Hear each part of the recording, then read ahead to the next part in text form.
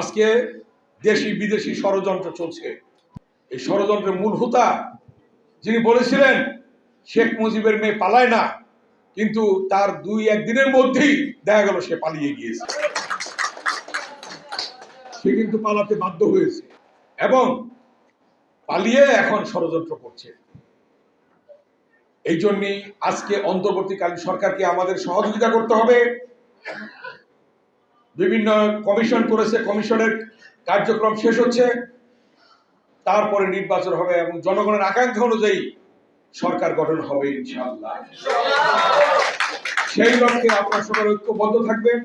ঐক্যবদ্ধভাবে থেকে আমাদেরকে কাজ করতে হবে, যাতে নিজেদের মধ্যে কোনো বিভাজন না হয়।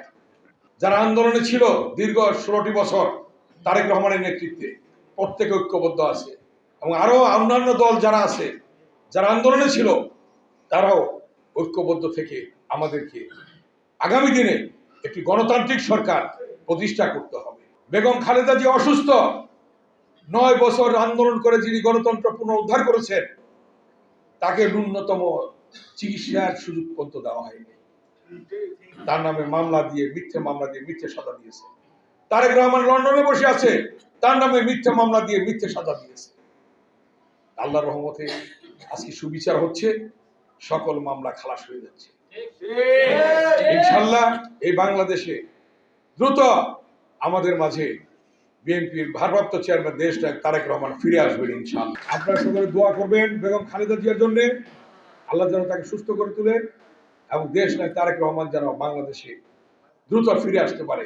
দীর্ঘ 15.5-16 বছরে সে লন্ডন থেকে নেতৃত্ব দিয়ে বিএনপির ভারপ্রাপ্ত চেয়ারম্যান তারেক রহমান আন্দোলন সংগঠিত করেছিলেন এবং সেই আন্দোলনে আপনারা জানেন ইলিয়াস আলী গুম হয়েছে, চৌধুরী আলম গুম হয়েছে, ছাত্রনেতা সুমন গুম হয়েছে এবং অনেক নেতৃবৃন্দ গুম হয়েছে এবং একটি পর্যায়ে অনেক শহীদের রক্তের বিনিময়ে যখন আন্দোলন চলছিল তারেক রহমানের নেতৃত্বে, তারপরে জুলাই আগস্টে ছাত্র জনতার রক্তের বিনিময়ে প্রায় 1,500-এর উপরে মানুষ শহীদ হয়েছে।